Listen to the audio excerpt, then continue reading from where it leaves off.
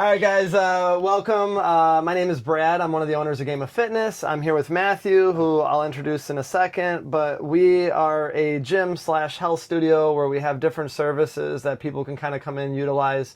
It helps kind of navigate people, going to different areas for things, and allows us to kind of bring in practices all into one. So we do classes, we do personal training, we do massage therapy, which is what Matthew does. We have physical therapy, chiropractic, and then we also have a recovery area. So the idea is we're kind of like an all-in-one shop for people to kind of come in and be able to get these services. And that has been a beautiful process we've been able to build here, because we do get wonderful people like Matthew, who's not only good at his craft, but he's able to relate to the type of clientele that we currently get in. So with that, I'll go ahead and introduce Matthew. Welcome. Thank you. Matthew Wadeful here, owner of St. Pete Athletic Massage. I provide custom therapeutic massages for pain relief. And I am not here to talk about massage today, actually. Brad was nice enough to carve out time to sit down and talk with me about, a little more of my story and what I want and what I'm working towards moving forward in the future. Moving forward, I'm going to just ignore you guys there and focus on you. And I, just want to keep this nice and free flowing. We're just having a casual conversation. Which we do a lot anyways. Which we do a lot about things that, you're not even aware of right now. So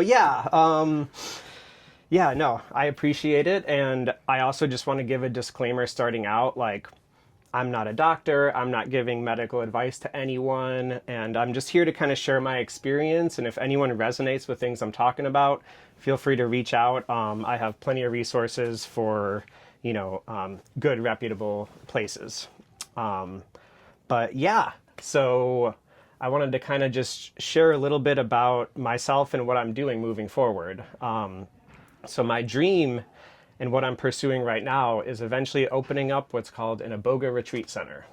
And most people have no remote idea what that is. But I'll get to that. I just kind of want to rope in really what got me to this point, and then I'll kind of fill in the blanks along the way. Cool. And reach out, let me know if you have questions, and we'll just kind of set up the convo. Well, and that's what I liked about when you and I first started talking about this, and I feel like I'm very very, very minor in what I understand with it. But what I loved how you were able to do when you first started tying this all in together was how you were able to tie your personal story into why you started going this direction, why you were looking for growth, why I think what a lot of people are trying to do in this world is figure out how life works. Exactly. Yes. Yeah. I mean, that's what we all are doing, in our own ways. And that's, for me, I've always been the non-traditional route, I guess, where I'm I grew up and my parents were very supportive, which was awesome.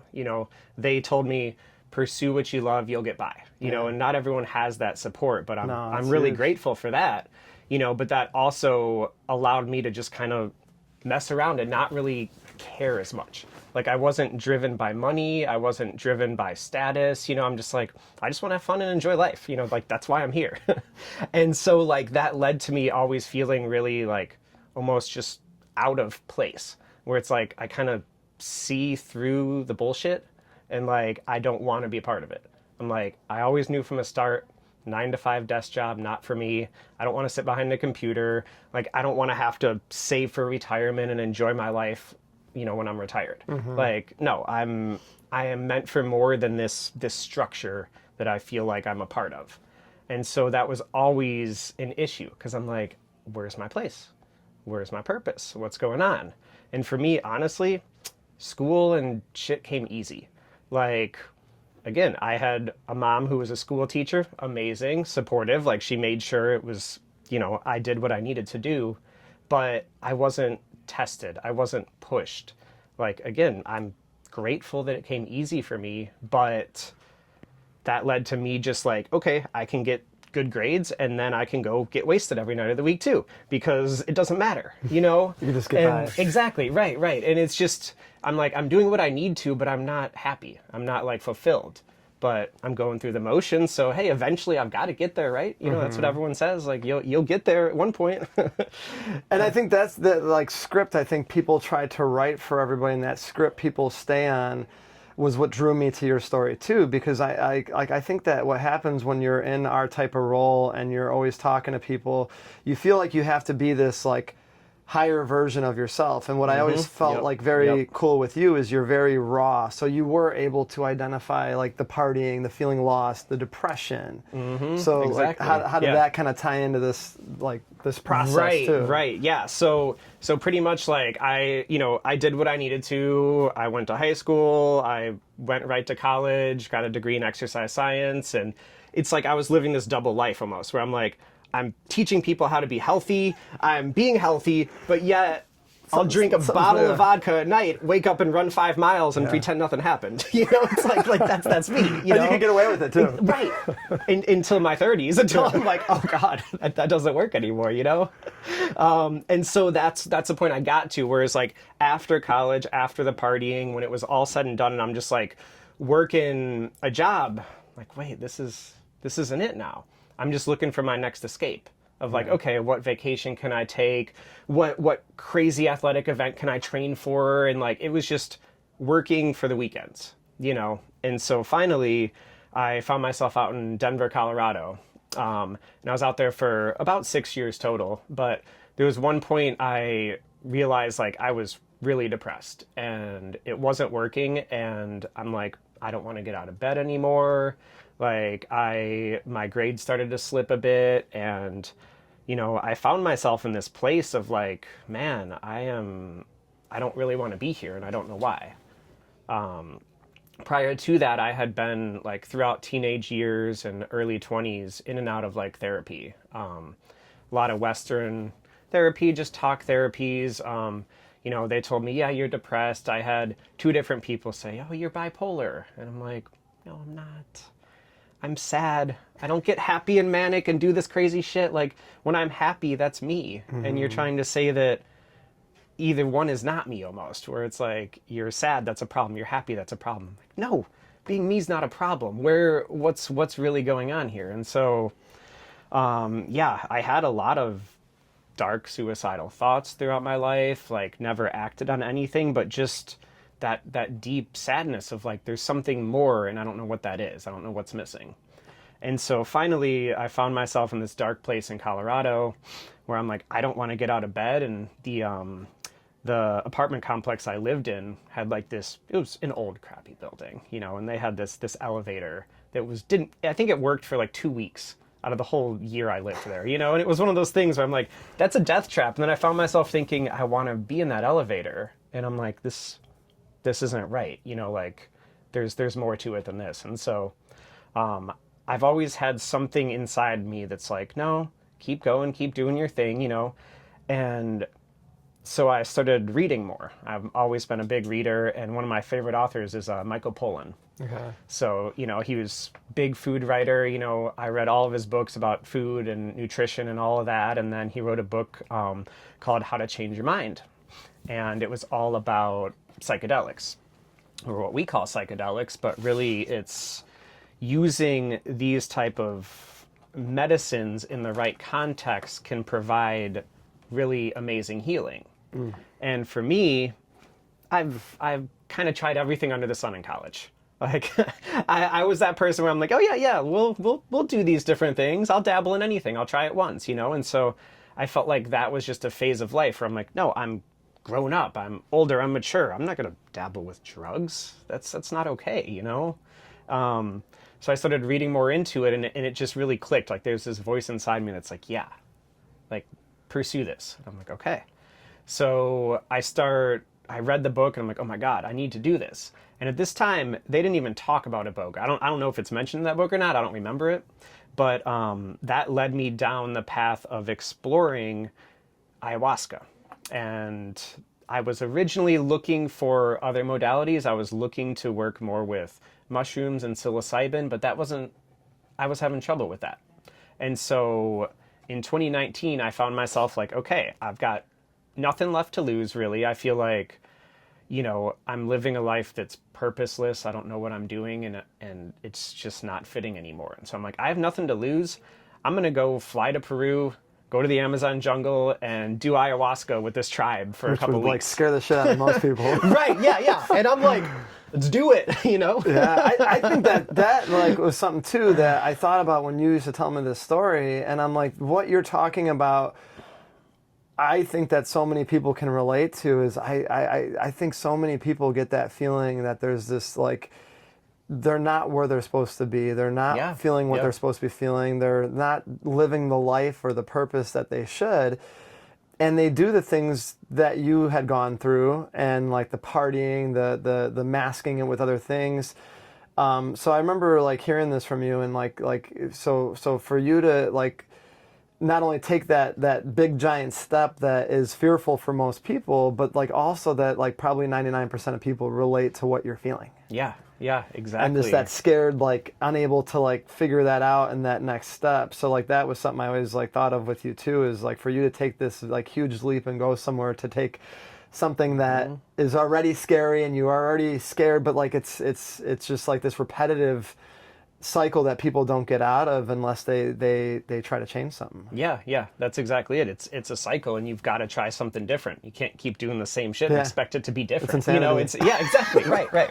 And so, yeah, that's what I realized, and that's also why I wanted to have this conversation and record it and get it out there, because I want other people to know that like you're not alone, and you're meant for more than whatever you're feeling right now. You know, it's like that's just a fleeting thing. If you have feelings like this isn't working, I don't want to be here, something's wrong, well, then we got to figure it out and we got to change it, you know, because there's a way that you can be happy, and everyone can, you know, we really are meant for something. And that's what I didn't know throughout my life. It's like, I just didn't know what that was for me. And it just, you know, it took me doing something drastic like this to find it out.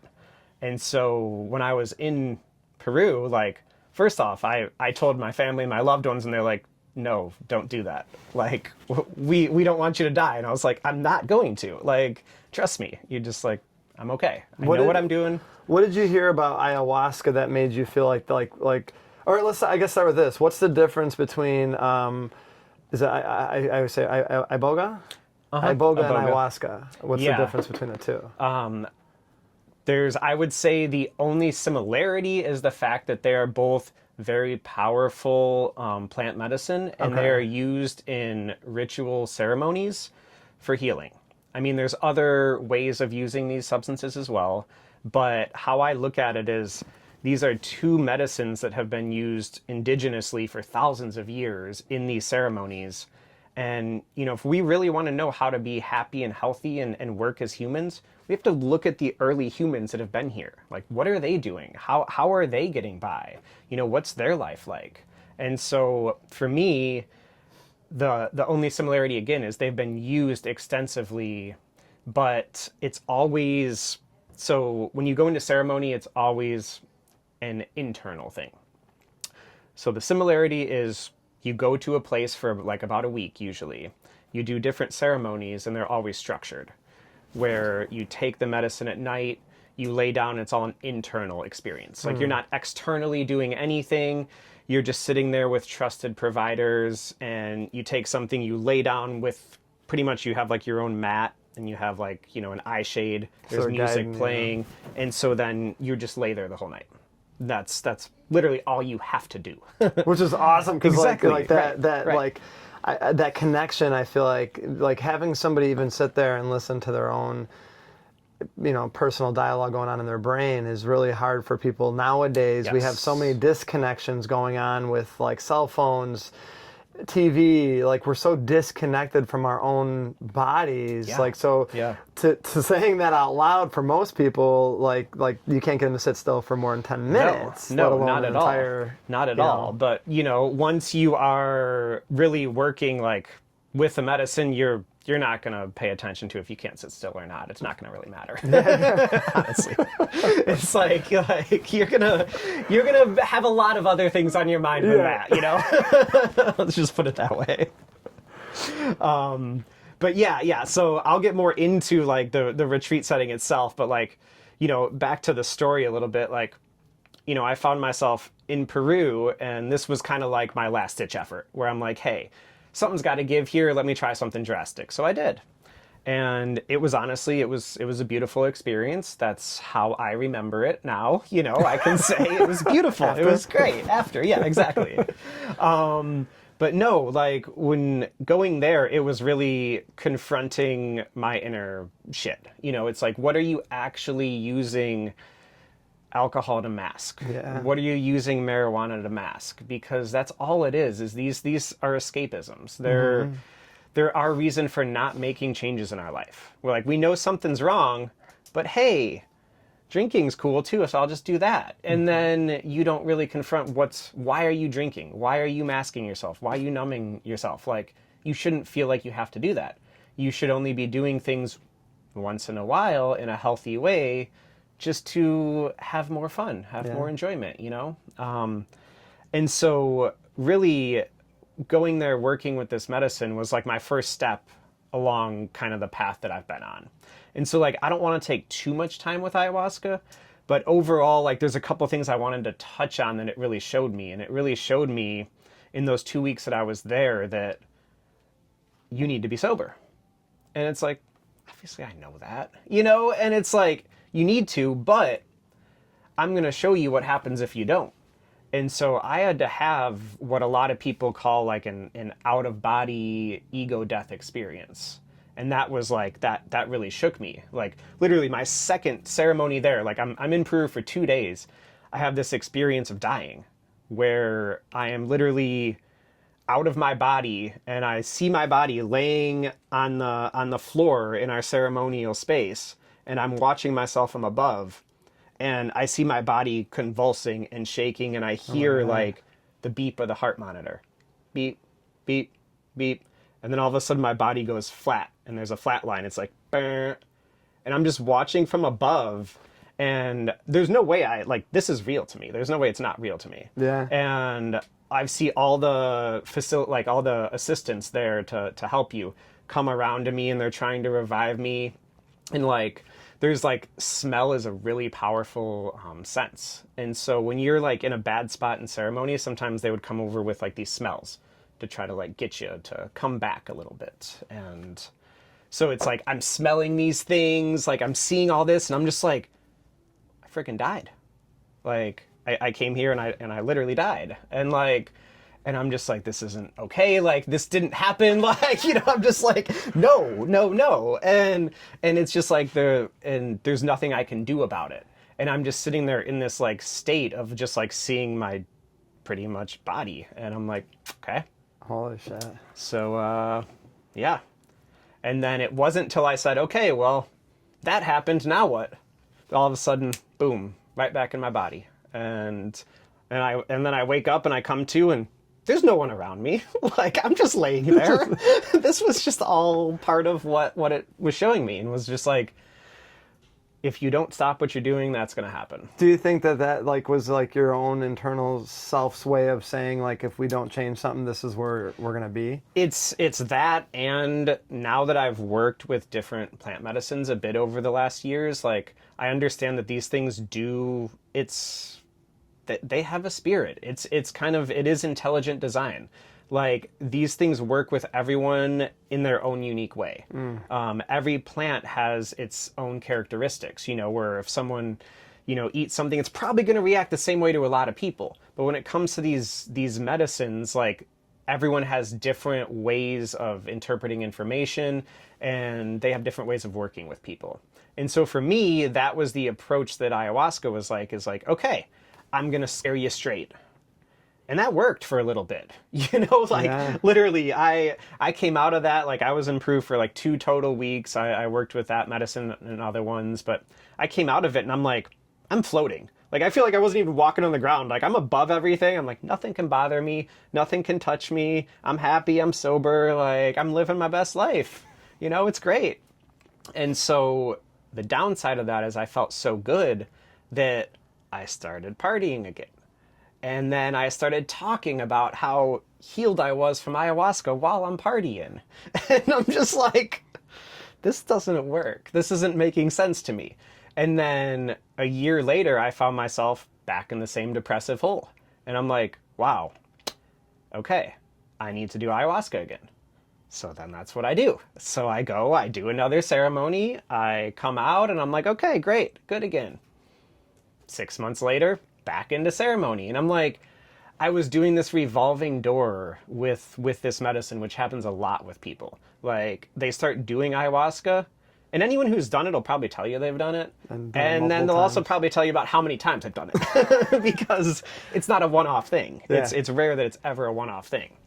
And so that's what I got to, is like, I know what I need to do, but I just don't know how to do it. I feel like I'm so caught up in my mental patterns at this point that it's so hard for me to break that. Right. But what I realized is, around alcohol, that was my whole social circle.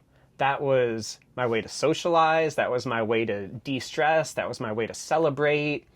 And everything was just around that. So it's like, no shit, you can't be sober. You have to literally restructure your life if you're going to be sober. And so, like, that was all I was thinking about, was like sobriety. I wasn't thinking about big picture of anything. I'm just like, okay, I've got to do this. And so finally, I found myself back in Florida. Like, I had left Colorado. I chased a woman back to Florida. That didn't work. We separated. And then I'm pretty much in a single wide trailer in the middle of the country. I uprooted my life, no close friends, no family. And I'm just sitting there with a bottle. And I'm like, here we are again. Like, this, what am I going to do? You know? And it was just like that point of like, I don't know. And that's when I heard about Iboga. And so, again, I love reading, I love writing, and music is a big thing for me. Like, that's my main form of expression. That's how I can relate. And so I listened to a lot of music, and there was this band, Indubious. They're like a reggae band. And they started releasing a podcast when the pandemic hit. And so I started listening to that podcast, and one of the members was talking about this medicine called Iboga. And I'm like, as soon as I heard that, you know, I got that gut feeling, or like that tingly of like, you should do that. You know, it's like that driving force is like, that's your next step right there. Yeah. I'm like, okay. And so I'm like listening to the podcast, and then, you know, I'm hearing more, and I'm like, okay, I need to do that. So I reach out and I start doing my research, and I found at the time there's pretty much like one center in this entire country right now that's set up. And they're a 501c nonprofit church offering, you know, this sacred medicine to people. And so I reached out, and then 3 months later, there I was. And so this was very different for me. Like, I came in super cocky. I'm just like I've done ayahuasca, and right, like, exactly. So Yeah, like, yeah. I've been around, and right, like, I've dabbled in all this stuff. Like, I'm fine. I had that ego death. Like, I'm not attached to myself, and anyway, I'm good. And you know, and so I go in, and yeah, I was very humbled. let's put it that way. And so really, I went into this with intentions of, you know, getting sober, but also uncovering really what's going on. Why do I keep falling back into this same cycle? That's all it is. It's the cycle. And so pretty much when I went to this retreat, the big difference with this medicine I found is it's very structured, and you actually have like guidance during ceremony. It's not like, hey, take this substance, lay on a mat, and then we'll talk to you the next day. It's like, no, if you need something, like, we're actually going to help you, we're going to guide you and actually help you find your answers, so you're not confused about this, so that you understand and get the most out of your experience. So there's a lot more intimacy behind this one. That's how I felt. Yeah. You know, so before going there, I had a great, you know, intake. They have to, you know, they do a whole medical intake, because there's certain medications you can't be on if you're going to do this substance safely. There's nothing actually dangerous about this, but what's dangerous is pretty much our like Western pharmaceuticals. They can interact badly. And so for a lot of people, it's like you have to be off of a lot of prescription meds, which can be hard. There's other things to look out for, like if you have heart conditions and things like that, then you need to be weary. And that's why you want to make sure you go to a good place. And I would say that is my biggest disclaimer to anyone hearing this is like, please never do Iboga on your own. That is not a good idea. What about drugs and alcohol too? They make you kind of wean off all that too? Yep. And so going into it, like I was still really caught up in my addictive cycle, but I think I managed to stop drinking for like a couple weeks. And for me, it was pretty much drinking in the marijuana, and so smoking was something that I think I got off of for about like a week prior. They encourage it, as soon as you can to stop it. But when you're dealing with people who are having addictions, it's like you do the best you can. You make sure that someone, no matter what, they're going to be safe doing this. But the more sober you are, the more you'll get out of the experience, pretty much. Yeah. So there was like a whole preparation for it. And then I get there and I get really settled in, and they're really like amazing, like just so nice, welcoming people. And we get clear on my intentions and why I'm there. Like I meet with them beforehand, and it's like they tell you to write this list of questions. Come up with 10 questions, and in ceremony you're going to find those answers. I'm like, okay, cool. So I wrote down questions, I'm like, what's my purpose? Why am I addicted? Like just those were the main two things I was focusing on, and I go into, so this medicine was very different for me also by like just the mechanism of how you take it. So a little bit about Iboga in general, like it's a tree. So it's a tall shrub pretty much. Okay. And they use the inner root bark of it for these healing ceremonies. And when I say they, I mean the people who use this indigenously are called the Bwiti. There's different kind of like sects of Bwiti, but the one that I've been working with is called the Masoko Bwiti. And they're, from my understanding, it's a lot more just about healing, and so for me, that's what I came to. It's like, I'm only here to like work with this medicine. I didn't really realize the extent of how intertwined Iboga is with kind of the Bwiti people and their way of life. And so this medicine they have been using for like thousands of years, and it's very much a part of their culture. And I'm not going to talk really any more than that on it because I don't know them. It's like I've gone through my own experiences, and I'm really excited to get to meet and work with the tribe in the future here. But that's kind of it. Like they've been using this medicine for a long time. Mm-hmm. And so for me, what I liked about Iboga is it's a root medicine. And so they literally grind up the inner root bark and they give it to you on a spoon. It's just like a powder on a spoon. Okay. And you just taking like protein powder. You take it and then you chase it with water. Exactly. Right. Back in the day when I used to drink raw eggs, like just. At least they let you wash it down with water. Oh yeah. Yeah. And so I like that. But to me, a root medicine means it's grounding, like. It's almost like we overcomplicate things sometimes, and they're like, oh yeah, it's look at it simply. Like if you take a root, it's going to ground you. It's a root.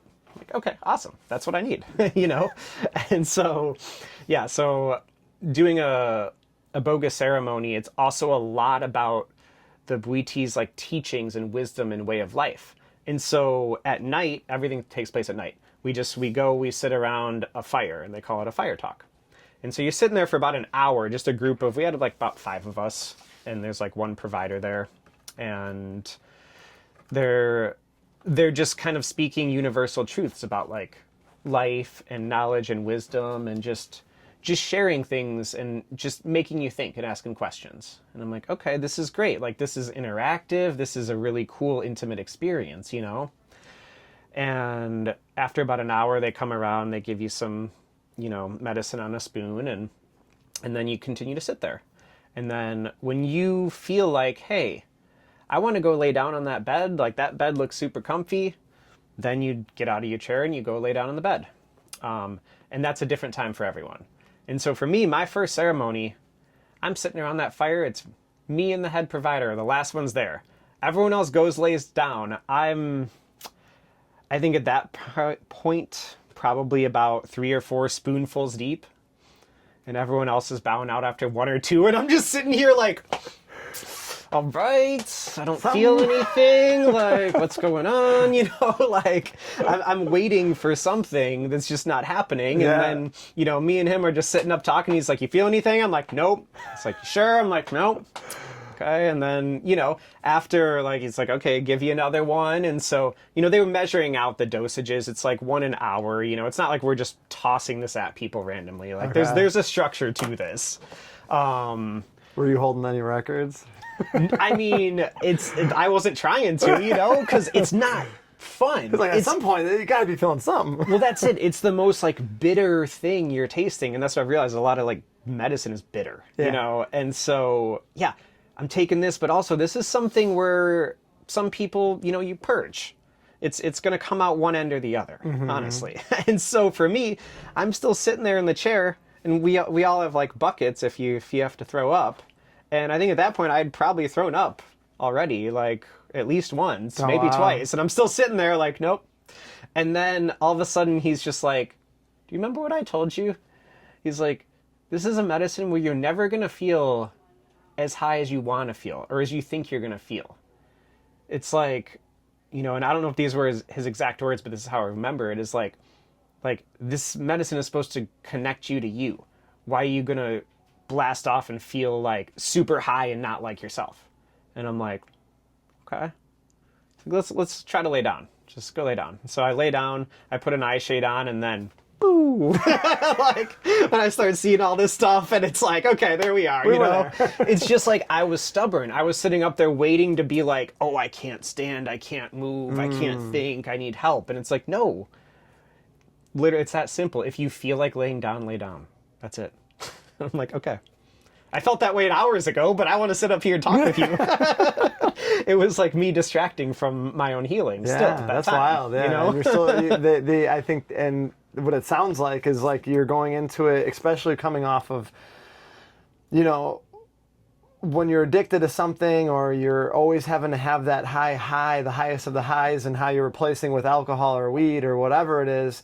Then you get to this healing thing, and you're still looking for that, like, the most extreme of the extreme, when really, like you're saying, is you're just trying to finally figure out how to connect with yourself. Yeah. Instead of needing that's it. drastic, over-the-top thing. And, if you Google Iboga, you're going to come up with some crazy shit. Yeah. Like, it's just, it's usually scary, and people will literally say, this is the Mount Everest of psychedelics. You can't do anything more intense than this. And I'm just like, okay. So I'm waiting for that, you know. I'm just like, I'm ready. Here we are.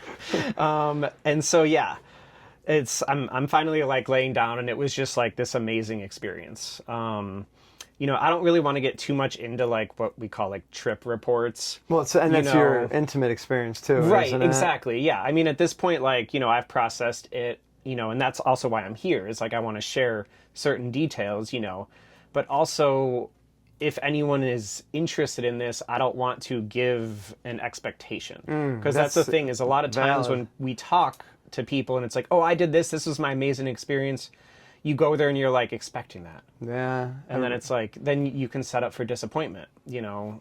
So it's like, yeah, there's certain things I want to share, like, you know, with the ayahuasca, that was a very big thing for me, is like that death experience, like, was a huge thing I'll always remember, and that was very necessary for me at the time. You know, but with Iboga, it was so beautiful. It was like immediately I felt comfortable. I felt like almost like a hug. I'm just like, oh, it was like an old friend, where it's like, where have you been all my life? You know, like, this is right. And so, yeah, I had an amazing experience. Like, Iboga, what's so amazing about it is it works on all levels. It works on mental and physical and spiritual and emotional, and it can provide healing in a lot of different ways. And so, like, when you go away to a retreat, you do 2 ceremonies in 1 week. Okay. They take place overnight, and they're spaced out a couple days apart. And so that night during the ceremony, I was able to literally connect with my soul and my spirit and who I really am, and get to know myself again. It was amazing. Like, the whole point of this is to connect you back to you, and to realize that you have all of the answers that you're looking for. You just need to get out of your own way. And that's what this is. And so that kind of brings me off on kind of my next little tangent, I guess, is just about what I experienced as far as healing goes with this medicine. Like, in the past, I was looking at healing as being like, okay, I'm going to do this, I'm going to come out, and then all my problems are gone. You know, I'm quick perfect. route too, right? Right. Yeah. And after this, I realized, like, no, healing is loving and accepting yourself for who you are and making the right choices so that you love yourself too. So you're always coming from a place of what's best for me, you know, not coming from a place of addiction or anything like that. And so when I was going through this experience, it was a punch in the face for me. Like, this medicine has a unique way of showing you how you have hurt yourself your entire life, and it's only you to blame. And, you know, I get it. There is a lot of suffering in this world. A lot of people go through terrible shit. But we can control how we interpret everything. We have perception, you know.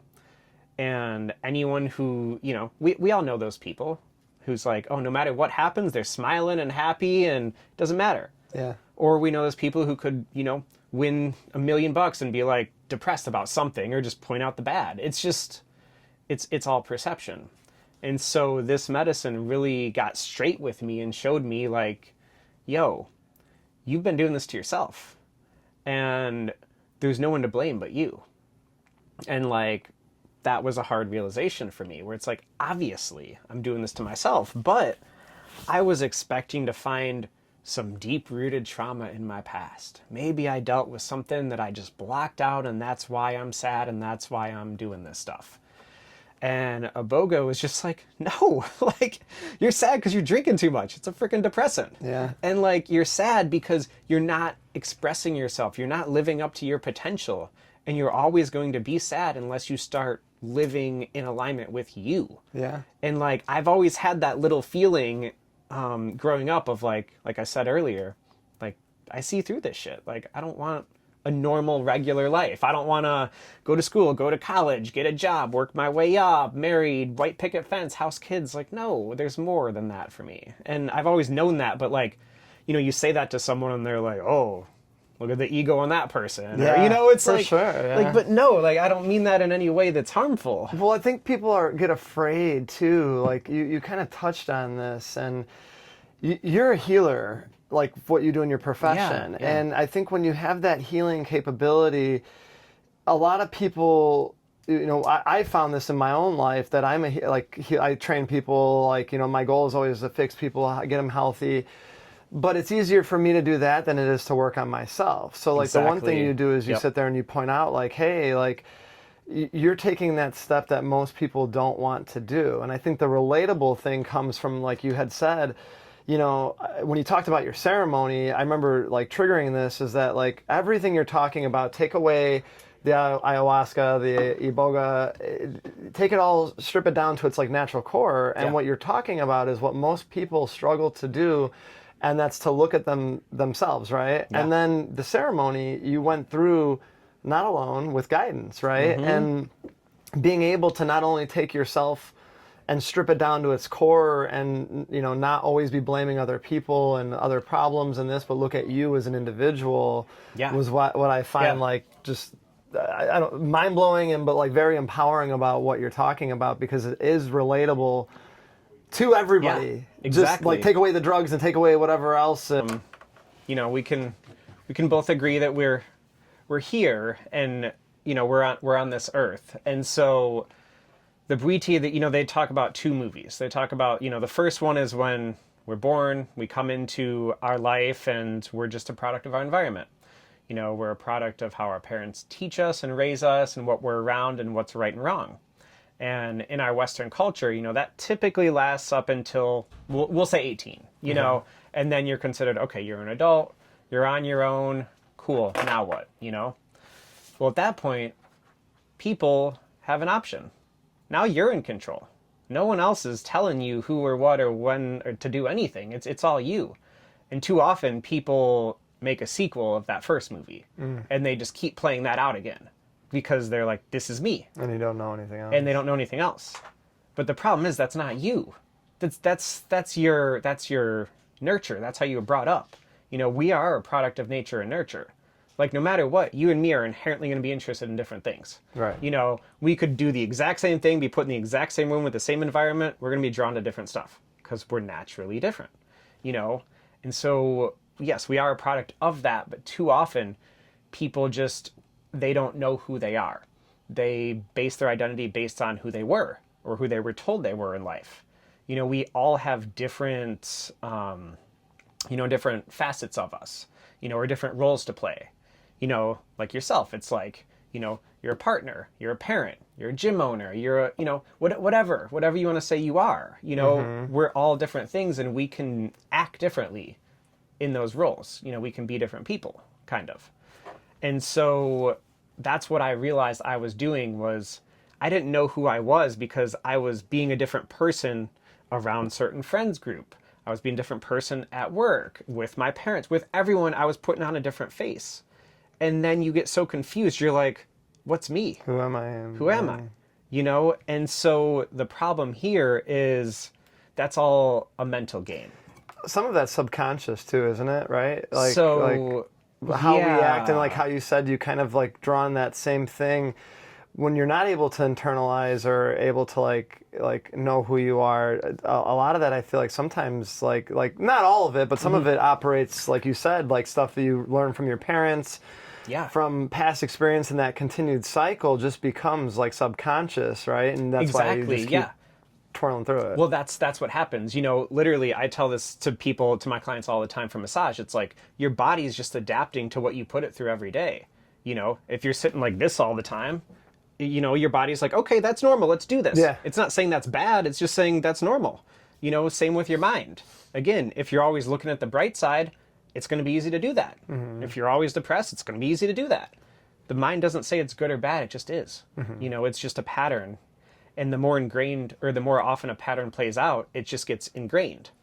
And so that's what it takes is, you know, using different tools to break out of these patterns that we have, you know? And so that's what's beautiful about, I would say, you know, these medicines in general, like psychedelic medicines, is when they are used in the right way, they can disrupt those neural pathways in the brain. And so, you know, again, if we always do something, the brain says, okay, let's make it easier to do that way or think that way. You know, if you're angry at that person cutting you off, boom. Okay, awesome. Anytime anyone cuts me off, it's just going to get worse and worse, you know, until I do something bad. It's just like, no, let's stop that because it doesn't need to happen. You know, it's just, it's getting real. It's pulling it back. But what's beautiful is when you do something like this, it almost can help to wipe that neural slate clean. Where like, instead of this automatic reaction, you know, I look at the automatic reaction as like a 4-lane highway. Where like, no matter what you're doing, it's going fast paced, it's going there, it almost feels subconscious, like I can't control this. Well, when you do something like this, it helps to take that 4-lane highway and make it into like a little dirt road. Where like, okay, you're going slow, you see it, and then you got time to change your reaction. You know, and so it's not gonna take it away and all of a sudden make you to be like, nothing bothers me, I'm this holy person. You know, it's like, no, it's going to allow you that split second to choose something different. Yeah. And to say, do I really want to get myself worked up over someone else's actions? Or do I really want to say that doesn't actually matter? You know, it didn't affect me at all, actually. Like that was a 10-second thing, you know, like it's just, That's a great way to look at it. You know, and then you just move on because it's like, the more you do this, the more that becomes your automatic pattern then. You know, the more you start to make those choices that are actually good for you, where it's like, no, getting angry at every little thing is not good for you. It's no, let's stay calm. And the more you don't react, then you are happier. You know, you are healthier. You feel better, you know? And so, yeah, it was just like bringing it back a little bit. Like this really showed me how all of my patterns were my fault too. Because growing up, I had all this support. I had all this, I guess this internal drive, but I realized I didn't really struggle like a lot of people. And I felt guilty about that. Like that guilt of like, other people went through worse shit than me. So why am I doing this? Like it was that, but really it showed me that through all this stuff, I've got myself in this point where I feel completely powerless. But all it takes, it's not some deep-rooted trauma. It's not anything you don't already know. It's just you getting disciplined with what you choose to do every day. Yeah. And that's when I realized, like, shit, this is so much easier than I thought it was. Like, the hard part is breaking these neural pathways and these what we call subconscious patterns. But they are breakable. You can change it. It's repeated effort. It's discipline. Like I'm very physical and you are too. And it's like, for me, I used to run marathons and train for that. It's like, today, no, I couldn't get up and run 26 miles. I could, but I would be out for a while, But you build the body up, and then over the course of training, you can run and you're okay. Yeah. It's the same thing. The body adapts. Well, a lot of us don't realize the mind adapts. We just have to use it. We have to train it differently. It's kind of a muscle like anything else. Yeah. Where you get what you put into it, And so working with Iboga really showed me that, like, if you want to be happy, you have to love yourself more than you love anything.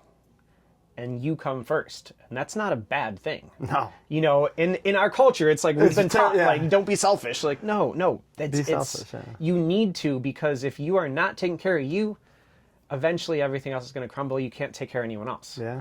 And so as soon as I started to see this, I got really clear, and I'm like, wait, okay, so yeah, I built a whole life around, these unhealthy habits and these unhealthy parts of me, and I don't want to do that anymore, and I have this feeling that, the more that I just live this way, the easier it becomes. And so the amazing, powerful thing about Iboga is it can break physical cravings. Like, there's one of the active ingredients in it is called Ibogaine, and there's literally Ibogaine clinics around the world that treat addictions, Okay. Specifically like opioid addictions usually, because people can come into these clinics fully addicted to whatever their opiate of choice is, and come out completely cleaned in like a couple weeks. And literally their receptors can be reset to a time like they've never had this substance before. And it's just like, it's amazing that like you can physically heal the body that way. But the issue with only isolating Ibogaine out of the whole plant, so Ibogaine is just one of the active components in it, the issue with that is you treat the physical. Someone goes, they come out and they're like, I'm physically clean. I feel great. But mentally, why are you doing that to yourself in the first place? That still needs to be addressed, because if you don't address the root of it, you're going to go back to it. Mm-hmm. Or sub it with something else, right? Exactly, You see people right. do that in our industry all the time, where, okay, you got rid of alcohol. So I'll really quickly say the story about, like, last year. I remember that I did sober January, and which, I hate that it comes down to a month, but I remember being like, oh, I'm not going to drink for the entire month. But then I went and I subbed that with all these THC and CBD drinks, and I was just like stoned as hell the entire time. So I just subbed it, but I was able, but I'm sober. I didn't drink the entire month, but I was high as hell. Yeah, right, exactly. Yeah. That's what I mean. Is it's the same thing. Yeah. Like, it's just, okay. Internally, well, it's the internal thing of why are you needing something? Yeah. And I am all for having fun. Like, that's the whole point to me. Like, life is meant to be enjoyed. Yeah. It's not going to be fun all the time, but you can find enjoyment in life. And yeah, you can do things in moderation if that's you. Right. Like, I know plenty of people who can have a drink and it's not a problem. Mm-hmm. Plenty of people can smoke, one night every, couple months and be fine. But that wasn't where I was at. I'm like, one drink leads to 10, one smoke leads to being stoned every day. And that's your way of being happy too, right? Like, did you find socially, you didn't feel like you would have as much fun, or you could be as much fun to other people? Exactly. Right? Like, Yes.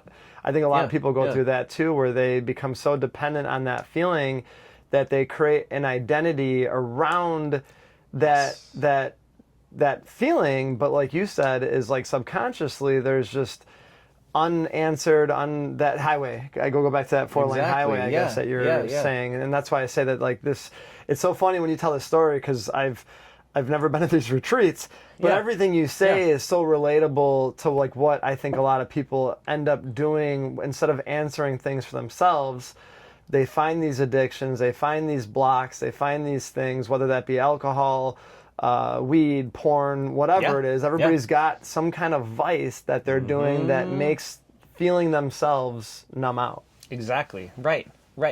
And again, it's all the same. You know, it's whatever your drug of choice is, you know. And for me, what I've realized is if you are not living a life that you are really happy with, you're going to be having a drug of choice.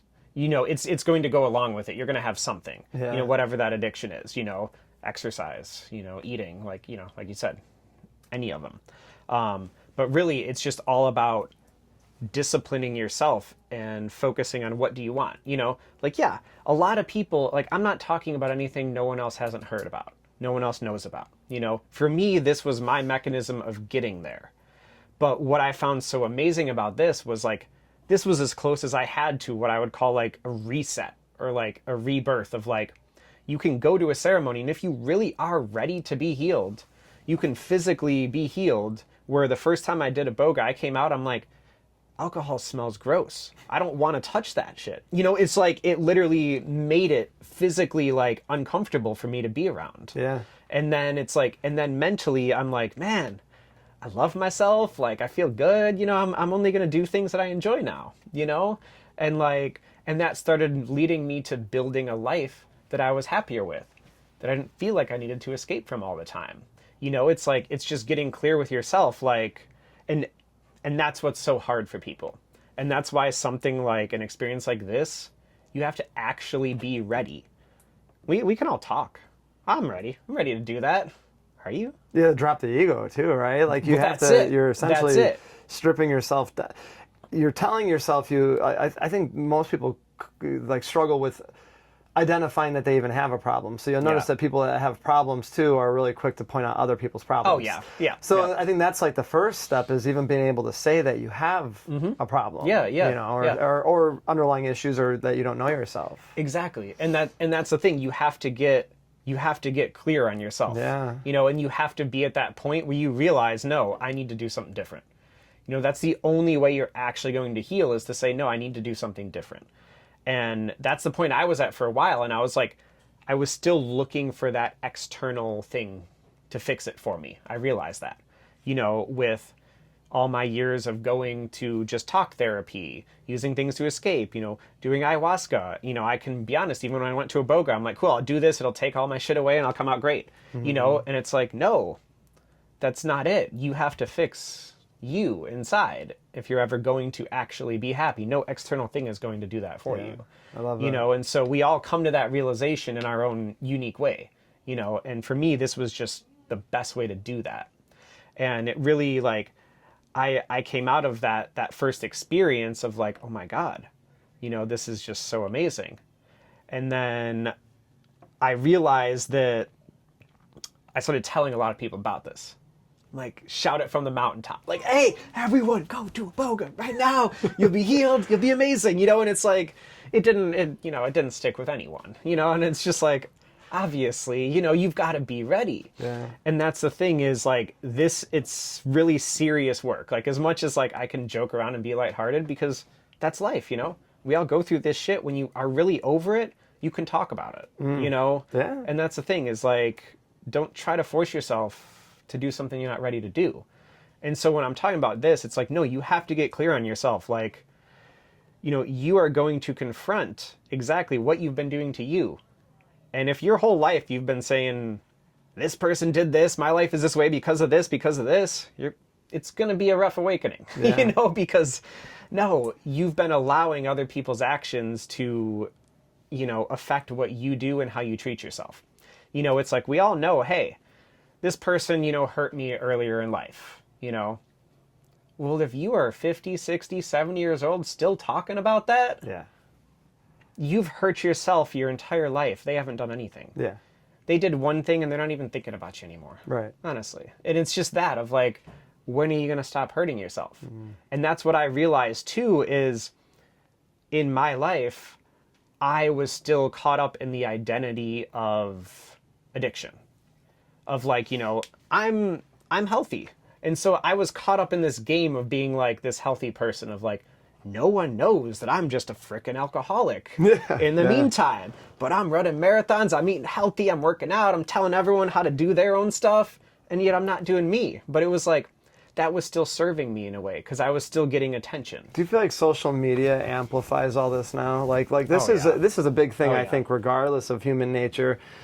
But have you felt like with social media, everybody, I feel like, further falls down that rabbit hole of creating this identity around themselves that they have to show and be perfect and you know, I when you just said that, it made me think of like the structures people will create around themselves and like the excuses. Like you brought up the old guy who's still talking about something that happened 20 years ago. There's a lot of internal healing that's not going on or allowed to happen when you're always creating this like that you also mentioned earlier on in this.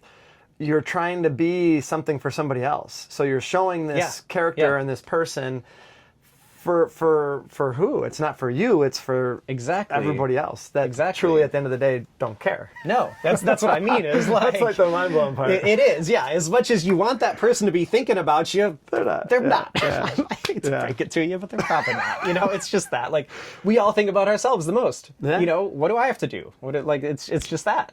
You know, and that's not a bad thing. It's just getting over that and realizing that, yes, you are the center of your world, but you're not the center of everyone's world. Yeah. That's a great way of saying it's like that, you know? Yeah. So yeah, that's what I got very clear on throughout this whole process is like, hey, you know, this is me, and I need to start embodying me all the time. But yeah, so the other thing I really noticed that was brought to my attention in working with this medicine is really that a lot of people, especially in the West here in this country, you're either not focused on yourself at all or you're hyper focused on healing. You know, you get caught up, like I've heard so many people say, you know, oh, I've been on my healing journey of the past 15, 20 years of self-discovery and everything. And it's like, yeah, that's beautiful. It's great. But that's not what life is about. And that's what happens is sometimes then people can do the opposite and they build their identity around healing. We're like, what are you doing? Oh, I'm going to go do this sound bowl. I'm going to go to this shamanic energy thing, you know, and then I'm going to make sure I meditate and and it's just a list of everything they're doing for healing. And then that's their whole identity. Yeah, and it's intentional. I've heard that a lot. Like they come up and they'll come into our classes sometimes and someone's like, I'm in this journey, I'm very intentional. And then I'll be like, okay, you know, here's what we're going to do today. And they're like, I can't because that's not intentional. And I'm like, okay. Like, that's what I mean is like, then people get caught up in it. And it's like not to be insensitive at all because I get it. Like it takes a long time to figure out what you're looking for. Right. You know, it took me a very long time to understand who I am and what I want. But now that I have found Iboga, and, you know, one thing like the Briti always say is like, you know, healing is not a journey. Healing can literally happen overnight if you're ready for it. It's just like, you got to be honest with yourself. You can go to a retreat for a week. You can come out fully healed and be ready to move on with your life. But you have to actually be ready and stop identifying and stop having part of that unhealed part of you still serve you. Mm-hmm. You know, it's fully getting clear with yourself of, I don't want that anymore. You know? And I feel like you're saying that, like, that intentional side too, like I kind of drawn back to, but you're also getting to this, like, if you're always, I think sometimes what you said is like, sometimes when somebody finds like their niche and what they feel comfortable in, whether it's intentional, whether it's pain, they fall into that comfort of it, right? Where you're having to fall onto the uncomfortable side of where you're stripping things away, right? So like you didn't go into this comfortable, like you knew you were going to have to peel everything back in an uncomfortable stance. Yes. Yes. And you just touched on the last thing I want to touch on about like healing in general is peeling away. A lot of times when we need to do something, it's not what do I need to do? It's what do I need to stop doing? I love that. It's Okay. the opposite. Yeah. You know, like when I need to be healthy, I still get caught up in this sometimes because I'm very active. I like to do a lot. And so it's like, okay, you know, any given day I'm going to exercise, try to sauna, try to cold plunge, meditate, you know, do these things. But that doesn't make me healthy. Those are things I enjoy doing and they make me feel good.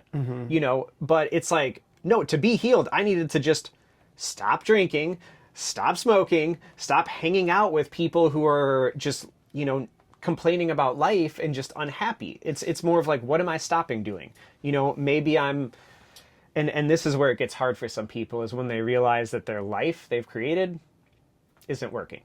Oh, I need to stop that job. Or, ooh, that marriage isn't working. Or, you know, something like that. That's when it gets a lot harder, is like when you really come up with those things, you know. But yeah, healing is, it's about taking things away. It's not about what else are you going to add to it, you know. And that's what I've realized, is like sometimes, some days I'm just like, no, actually I need to take 2 or 3 days off and just recover, because that's what serves me and that's the best thing I could do. Yeah. You know. But yeah, you know, I could talk about this stuff for hours, but for sake of time, I want to kind of get back on track a little bit. But yeah, like after my first experience with Iboga, that was 3 years ago at this point. It was really life-changing. Since then, I've done some other work with the medicine too. 2023, I flew to Portugal actually and went to a different center, and I did this other ceremony called a pre-initiation. And this is just another more intense step into like solidifying yourself and who you are. And for me, it was like the step of, I can't stop talking about Iboga. Maybe I want to do more with this than just heal myself. And so I went to this ceremony and it was a resounding like, yes, I want to help people.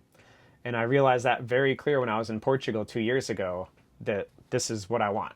I want to have an Iboga retreat center, and I want to be able to offer this medicine to people in a healing environment in a safe way when I am actually ready to hold space for that.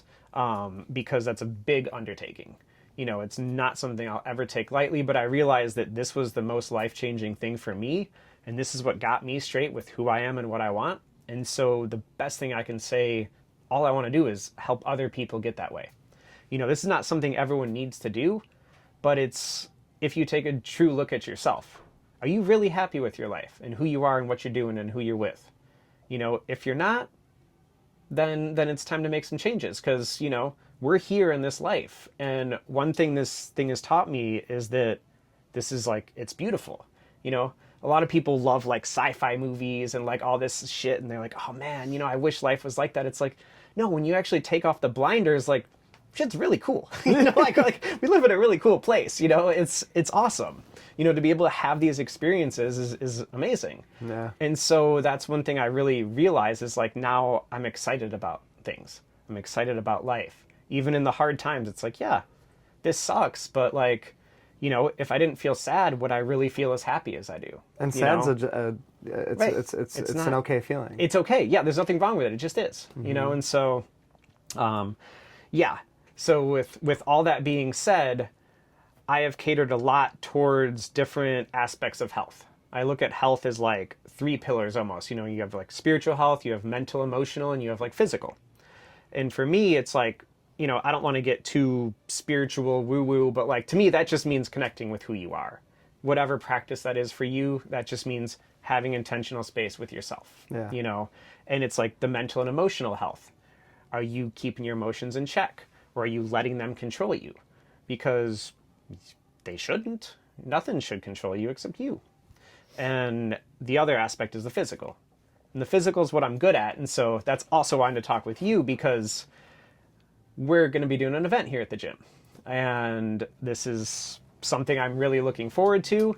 And I'm going to be doing some, I'm going to be starting a fundraiser with this event. And the whole purpose of this for me is to help with my next steps. And my next steps are going to Africa this year in September. And I'm going to live and train with the Bwiti for several months under a 10th generation shaman. And I'm hoping after that I can have their blessing to offer Iboga medicine. And then I will start interning and training. And I'm hoping within about 2-3 years at most to have Iboga brought to the St. Pete, Tampa Bay area, That's honestly. amazing. And so to do that, I'm looking for the community, and I'm also looking to get the name out there and the word out there, and also just to connect with people. That's really the whole point of what I'm doing. Like, yes, I'm a massage therapist. I have that professional side of me, but I wanted to bridge the gap with this because all I'm looking for is that connection. Anyone who resonates with what I'm saying, awesome. Even if you don't, glad you heard it. It's just like, cool. But yeah, so I guess I'll leave it up to you. Share a bit about the event, and we'll kind of move forward with that. Well, and I like especially with this event, and we'll get into like what the event is. But what Matthew's touched so much on is like with healing, there's so many different possible outlets that you can kind of tend to, but most people don't know where to start. So even you doing this fundraiser to potentially bring this to St. Petersburg is just one more additional thing that can help people that are struggling. And it's one more like blessing that people have to have an option for something, to try something different when so many other things have failed. And I think that's like, you've touched on that a lot throughout this talk, is that we get in this like continued loop over and over. I tried this, I tried doing this, this didn't work, I'm back to same place again, and this would bring one more service that maybe they haven't tried to really pull back that layer. So this event was also something we started last year, and what we did is this is an event that is run across the country, and it really pulls into people diving into their uncomfortableness, right? And that's why we did this event. So the 4x4x48 is you basically run 4 miles every 4 hours for 48 hours. The first thing everybody does is they shut down. They say, I can't do that. I don't want to do that. Well, first of all, the human is capable of so much more than we allow ourselves to be. And we are really good, between Matthew and the people we kind of tie into the location and what our services are, is being able to take somebody and instead of stepping off the gas pedal right away and thinking about the things that you're not good at and the things you're not able to do, is showing that you are very capable of these things. You are capable of and you're also capable of doing it with a community of people. Yeah. A lot easier. A lot easier. Than on your own, yeah. And so that's what this event we created was about doing, was creating uncomfortableness, creating that pocket where you are able to do things you never thought possible. So the event ends up being 48 hours, and we run 4 miles every 4 hours for 48 hours. And there's a lot of camaraderie with this. We did it together. People slept here, and we do this big event, and we go through it since the beginning all the way to the end. And we have a big party. We celebrate together, kind of like what you do when you do your retreats. And it's something that you're doing with that community, and you're not doing it alone. So this was like a perfect tie-in for Matthew, because he's already a huge pillar in our community, and he identifies with a lot of things that we already establish here and we push for here. But it also allows for him to bring in his service that I love when people have other things that they're wanting to do, that is giving people other opportunities for growth. So I love that we're able to take something that we're doing all together, and for this to possibly help him bring his service to St. Pete, but for him to further his knowledge and what his journey is too. So what you're going to see with this, we're going to have Matthew's link will be up for donating through our page. He'll also have it up on his. We'll have different ways that donation can take place, even if you don't want to do the event yourself. But we'll try to create as many different resources as possible to have him involved in this, so that he can continue helping communities and helping people want to grow, which I think is a very beautiful thing. To be able to help yourself is hard enough in itself. Like he said, is like, I think people struggle to help themselves, but to then want to take that and help other people come out of that is a true testament for somebody like really caring.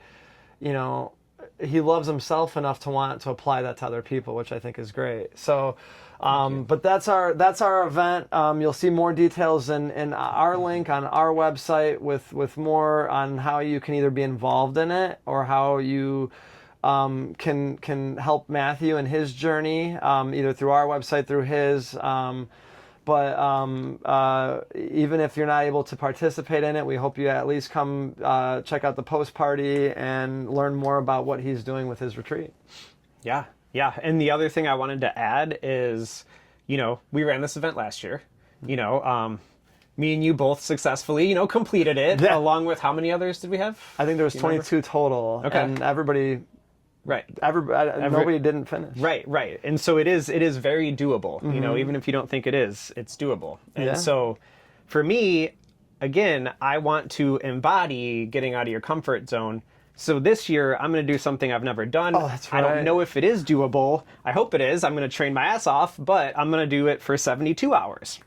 So I am going to start a day earlier and run for another 24 hours, and then everyone else will join the party. So And this is like it too. It's like, it's not like you're sitting there like you took this and made yourself more uncomfortable. that's what I mean. It's like that's what I'm sharing is like you can do it. It's just getting it's out of your own capable. way. And Yeah. the thought of running 72 miles, is terrible. I remember how I felt after the event last year, and I was like, I'm not doing that next year.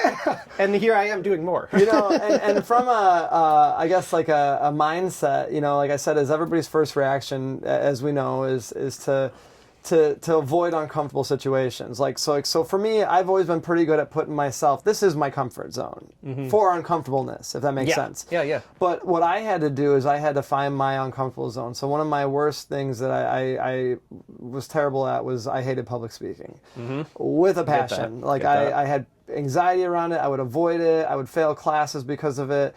And I had to learn to put myself in that uncomfortable situation. So this event is kind of a way for, I know most people with health right now, this is a hard place to be able to be. And really quick with what he had just added was a lot of people came into this event thinking they weren't going to be able to accomplish it. Mark, I'm not going to say he'll get mad at me if I say his age on here, but he came into this just hoping he was going to make it through the first evening. He didn't have any intention of making it to the second evening or into the third day.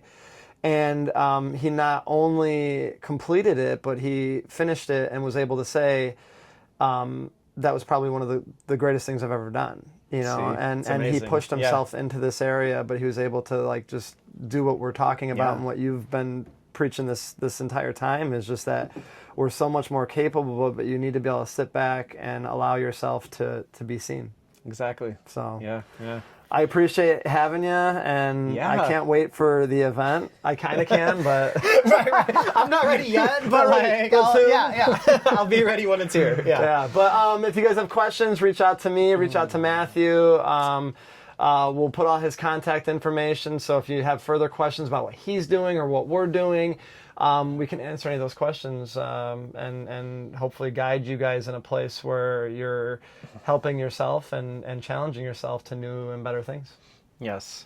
And also, like he said, we'll have plenty of links. I'll have a link in my bio as well. But if anyone hears anything that resonates with them, please reach out.